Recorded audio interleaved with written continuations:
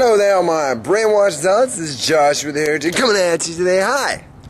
Well, it's a beautiful May 3rd. My kid has just been born. He's a big kid.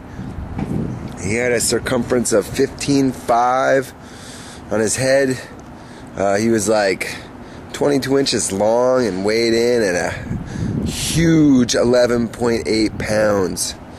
So he's a big kid. Anyway, yeah, that's a big dude. Anyway, I wanted to call today, and since I got babies on my mind, I thought I'd share with you my thoughts on birth control.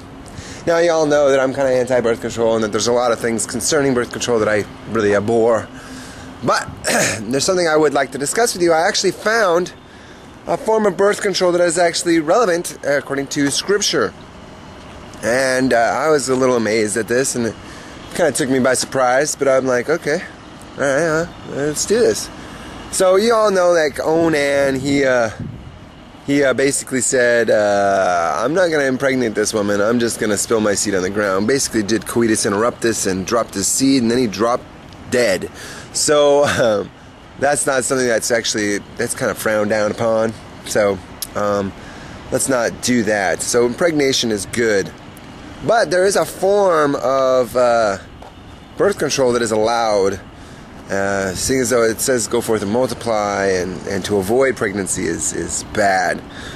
Ironically, it goes into 1 Corinthians chapter 7. I'm not exactly sure where it is in chapter 7, but I know it's in there because I've recently read it. I'm good at memorizing the scriptures. I'm not really knowing exactly where they are. But it's in chapter 7, 1 Corinthians. And it says that let a man render due benevolence to his wife, and a wife to his husband, and except for if they fast, for prayer and fasting, and that they be separated one to another for a specific amount of time and then come back together. So basically, the only form of birth control allowed to be used by parents, according to Scripture, is abstinence. So if you say, oh, my wife is ovulating, well, maybe we should not have sex, because that would mean that I don't have to have children. Well, that would be biblical. You don't have to have sex. If you both agree to not have sex, you stop having sex. But if one of you says, I want to have sex, and the other's like, okay, because you're supposed to render due benevolence one to another. So you both have to agree. And if you both agree, and then you can both avoid having sex on those days. But that's the only form of birth control I can find in Scripture that was even allowed. So anyway, I'm the Heretic, this is my kid, and I'll probably post on the end of this video pictures of my new child, because that's what I've been doing with my old child. So anyway, I'm the Heretic, taking it easy. Wah! I'm out. Peace.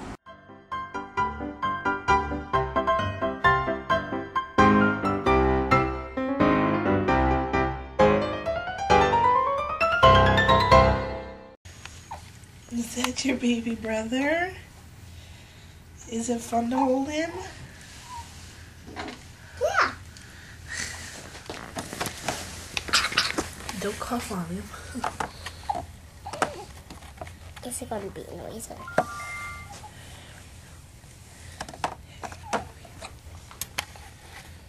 He loves you. Look how good he is. He's just looking at you, saying, I know your voice.